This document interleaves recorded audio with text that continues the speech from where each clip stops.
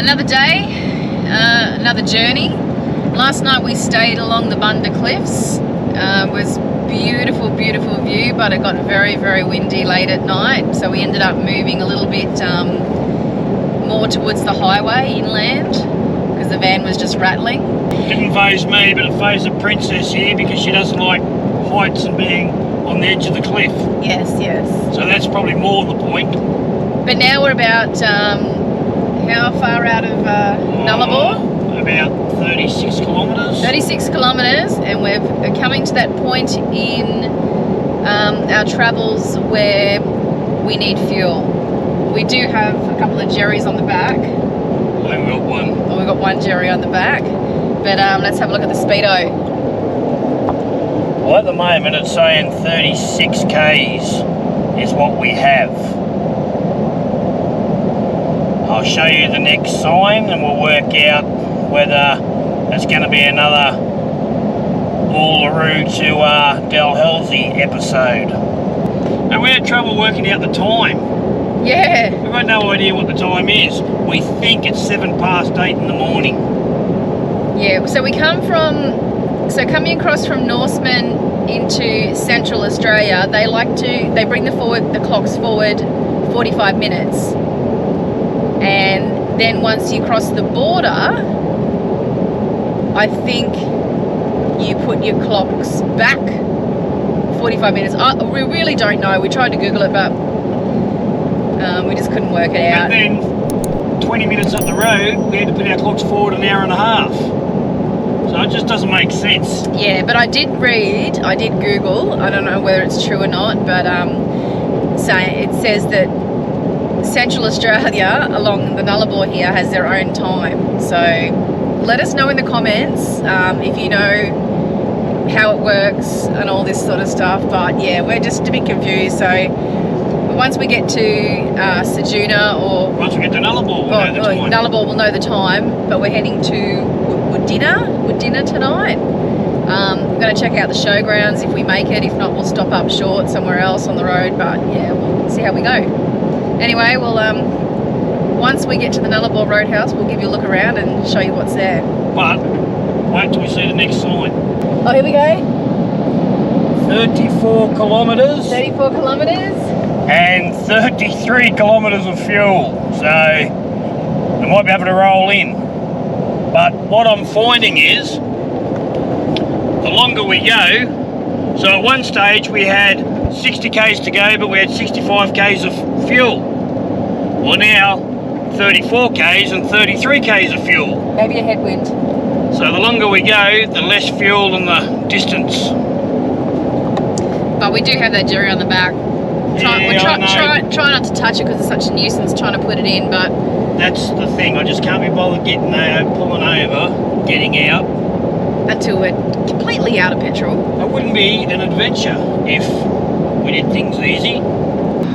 Well guys, just seen a sign saying 9 kilometres to go, and for the first time ever I've seen it say low on my dash there, just down here. So never had it come this far. Obviously the needle's around here and it's on the E. So yeah, we'll see how we go. Yep, we'll see how we go.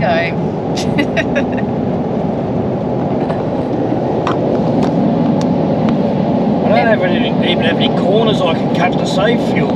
It's just a straight road. I think we're going to make it. Well, what's it say? Nullarbor Plains, western end of the treeless plain. Right, so that was the sign we could have got a photo of. But we couldn't stop. Got a feeling this is it just up ahead. Oh, we made it. So it'll be interesting to see how much fuel I can put in. Yeah. I've been told it's 196 litre, but I know I've had 200 litres in it. So it could be a 200 litre tank. But anyway, we've done it. Phone tower, fuel. And a big whale. Dingo's Den Golf Course. Nullarbor Roadhouse.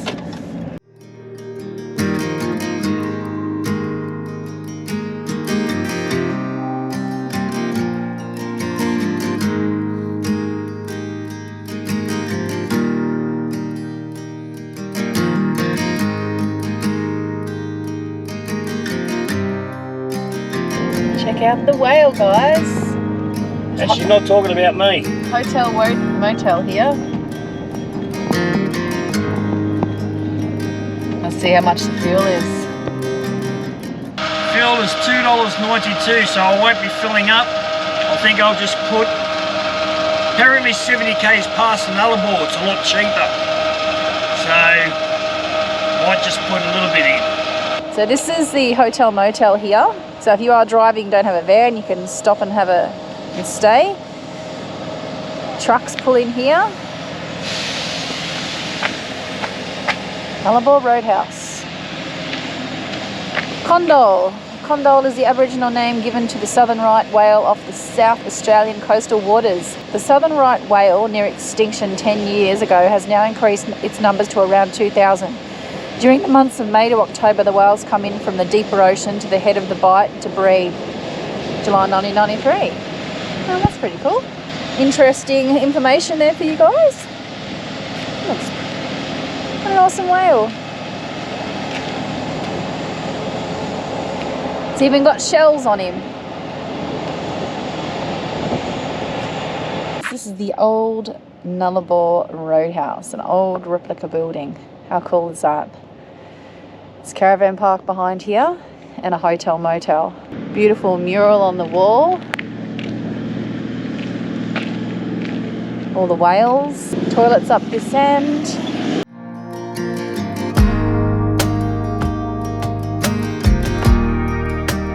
Another ram coming in. There's a bar here as well.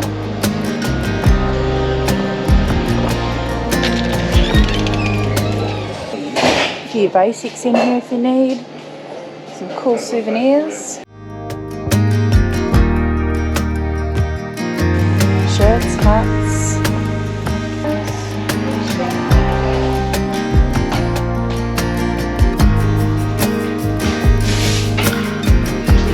And coffee and food.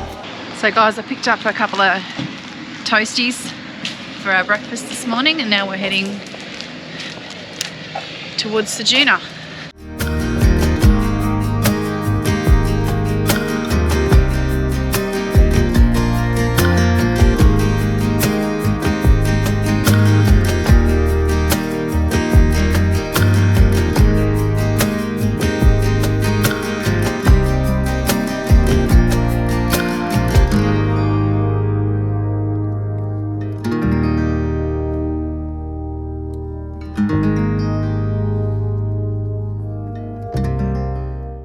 So there we have it, guys. Nullarbor Roadhouse. $9 adult, seniors $7. Gates open at 8:30, close at 3:30. The centre closes at 4 p.m. Head of Bight Whale Centre. Let's go check it out.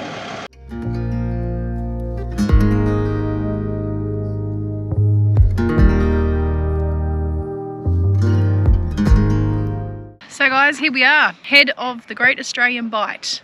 We're at the whale research station.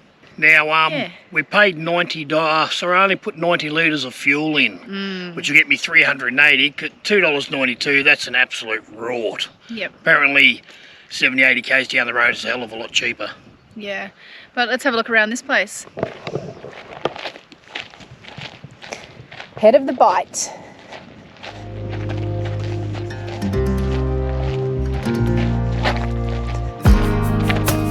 So there's heaps of car parking here for your van. Yeah, the toilets. Look like some pretty cool drop dunnies. Obviously during the peak season, peak whale watching season would be the time to come out here. We're not in that period at the moment. Yeah.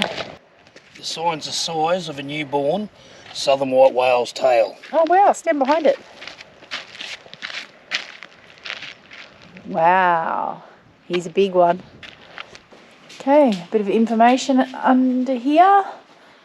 All about the whales, where tropic meets temperature, resting waters, protection, the journey, the sheltered waters, the edge, the written history. So heaps of information here for you guys to read. Go and check out over this way. Okay, Head of Bight Visitor Centre. Adults are $9, seniors are $7, children under 15 are free. Hey guys, as you know, we've just rocked up to the head of Bight, and I've got Jarrah here who actually works here.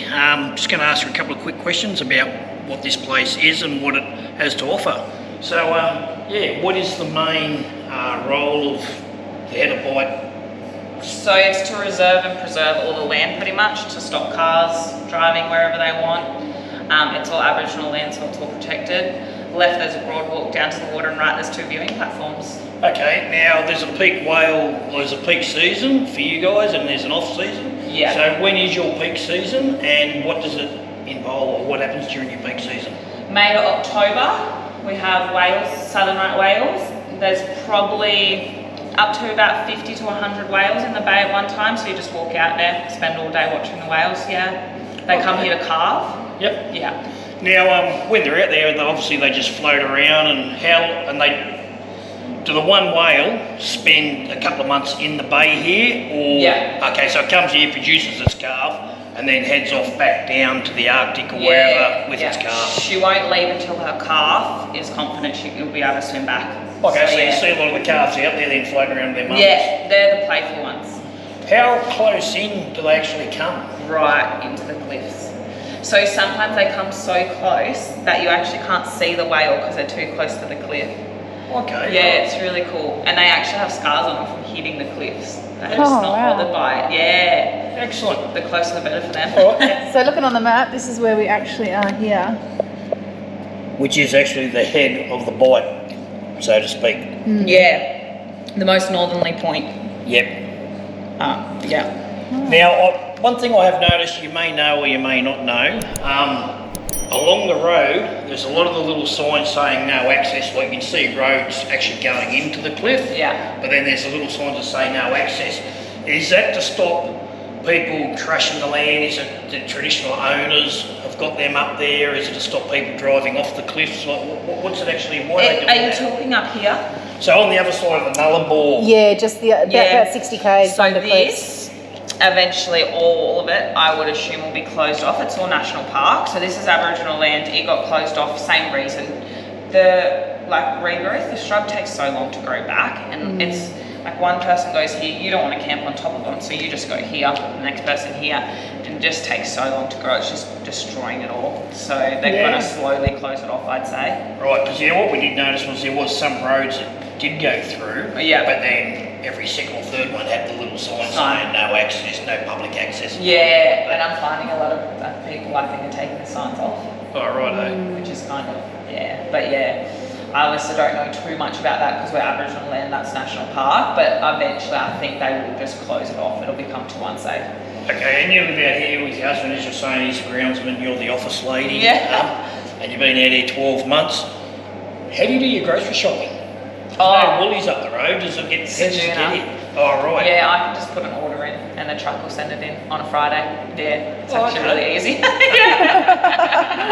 It's expensive because I've got to pay for delivery on the truck. Yep. But or I'll drive into Ceduna if I want to do a big shop. And I guess if you just want a little bit of a night out, you just go down to the roadhouse here to the pub. Is that your only... Well, we go there on a Friday night to pick up our groceries. All right, thank you very much for that, Jarrah. Appreciate your time, and we'll now go out here and we'll have a look. Enjoy. Cheers. Thanks, guys. So guys, you pay your fees to come out here on the walkway to see the whales. Now the $9 is for the protection of the whales and to the upkeep of the property. The interesting lady to talk to, she's pretty funny actually, but she was saying, like, when you do come during peak, you said you'll probably have 300 odd people gathered around out here trying to watch the whales. She said the whales come that far in that sometimes you can't see them because they're in the bottom of the cliff and they actually have scars and stuff on them from rubbing up against the cliff. It's pretty cool. But she was saying sometimes it's better to come now when there's no one around.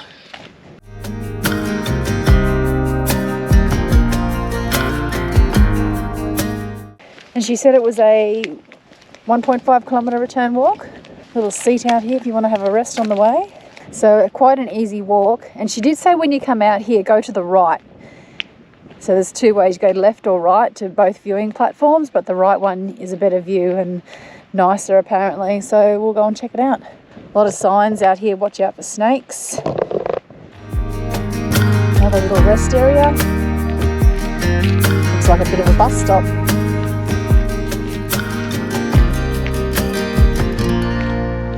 So if you go left, you go down to the boardwalk. Looks like it goes down that way.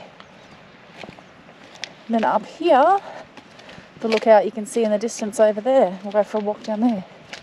Another viewing area. Now I couldn't imagine 300 people down here.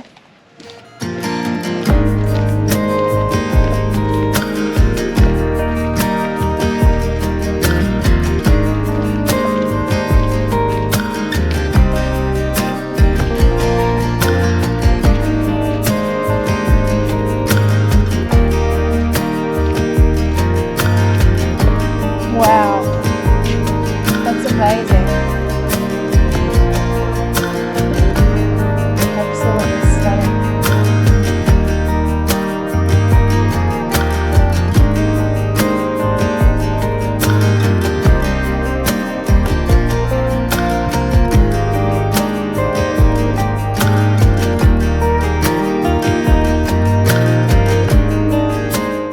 So just a little bit of information about the cliffs that we're looking at, the Bunder Cliffs.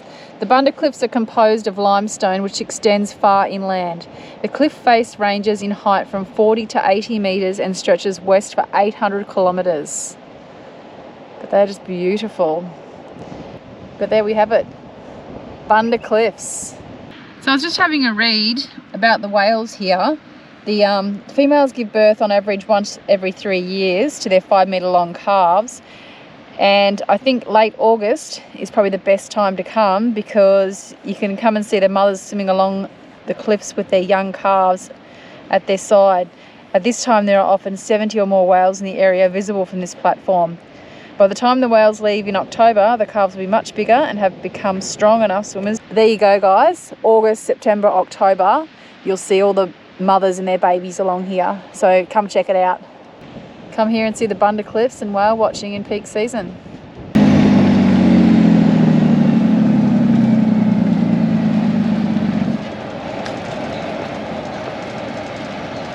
So guys, that's a free camp just on the way into the whale station. So guys, yeah, Dave just showed you a little bit of a campground at the entrance to the Bight there. So if you need somewhere to stop and you want to go and see the whales, and yeah, just pull up there. Great little spot. Anyway, we're all heading on to through Sajuna, and we'll see where we end up tonight. So we've been driving along, and every now and then we see like a bike rider riding across the Nullarbor. And here's one coming now. I'm going to just stop and see if he wants to have a bit of a chat, find out what his story is. So as you can see, we're in the middle of absolutely nowhere. Roz had some mosquitoes go everywhere. Not that one. Hey mate, want a cold drink? Can you just stop for a sec? And just wondering, what are you actually doing? Cycling. Yeah, where are you coming from? I started from Perth Perth, and where are you going to? to Port Augusta. Yeah, Well, actually, I hitchhiked and also took a train and bus. okay. Right, so how long has it taken you to get this far? About 10 days. 10 days. Yeah, or 12 days, yeah, something like that. How far do you ride each day? 75 and 80 Ks. Okay, and do you sleep on the side of the road, or do you go to like... Just side the road. Yeah, there's a couple of cars coming, I don't want you to get hit. And are you visiting Australia, or do you live here? Just a holiday. Holiday? Yes. So this is what you're doing for your holiday, riding from Perth to Port Augusta? Yes. Okay. And how long are you out here for? Another about 2 weeks. 2 weeks? Yeah, a bit more than 2 weeks, yeah. Okay, and whereabouts you from? Japan. Oh, Japan. Yeah. Okay. Have you seen other bike riders along here? We've passed a few. I saw 2 girls. 2 girls? Yeah, riding on the same directions. Yeah, we passed, in the last couple of days, we passed a couple, a man and a girl, and then we've passed some individual riders. So, yeah. Right, I'll give you a sticker. All right. That's because we do YouTube and all that sort of stuff, so when you go back to Japan, jump on and have a look, and yeah, you'll see this little part where we're talking to you. But if you want a cold can of lemonade, don't want a drink? it's very, very cold. It's yeah, I'll hold your bike for you, mate. I'll get your bike. And it's not even an electric bike. It's like all pedal power. Yeah. It's only a small bike too. Yeah. Fold up. Is it a fold up bike? Yeah. That's right. Oh, that can't be that comfortable. Did you want this or not? Hasn't been open. It's for you. Great. Thank you. You're all right, mate. I'll take the rubbish when you finish. Yeah, I'll hold the bike for you. There you go. No worries. It's lemonade. Yeah. Good. The So, do you go through a lot of water? Yeah, I can see you got some big bottles. Oh, in the container, right? Yeah, right. And at least it's nice and cool at the moment. Like some days have been really, really hot. Yeah, but it's very cold at night. Yes, it is. Yeah. It's freezing. Yeah. Like even in the morning, 14 degrees and stuff. I thought it was much hotter. Yeah. Well, we've come down from Broome and it's been anywhere from 42 degrees to 38 degrees sort of thing, and come down here and it's like freezing. Oh, yeah. Do you do this sort of thing often? First time. Not even in Japan. This is really first time. What made you do it? I don't know. I'm just crazy. And what do you do in Japan? I'm a cook. A cook? Yeah. Okay, yeah, cool. All right. So you just pull up on the side with a sleeping bag, have like a little tent at all? Or? Yep. Yeah, right. And how do you cook your food in that? I just have a Vegemite sandwich. A Vegemite sandwich. Did you see the kangaroo with the jar of Vegemite? No. Back where the border crossing is, there's a Shell service station. There's a big statue of a kangaroo holding a big jar of Vegemite. Oh, is that right? Yeah. Oh, right. So where are you off to tonight? Oh, not to Port Augusta today. And, maybe another 40 k's. Yeah. Then I'll find a place to sleep. Okay. Do you have like a set time that you like to finish by the end of the day, or? No. It's just wherever you want to pull up sort of thing. You try to do your 80 kilometres. When I get tired enough. Yeah, right. Okay, and how old are you? 64. 64? Yeah. Very fit looking. Thank you. Look, I've got a big stomach and I'm only 53. You better on the bike. Yeah. No, it'll hurt my bum too much. I'd rather have a car. Yeah.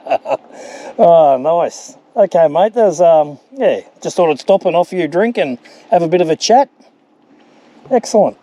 Safe travels. And you find most people go out around you, or do they stay too close to you, or like are most people good on the road? No problem. It's good, yeah. Yeah, right. Excellent.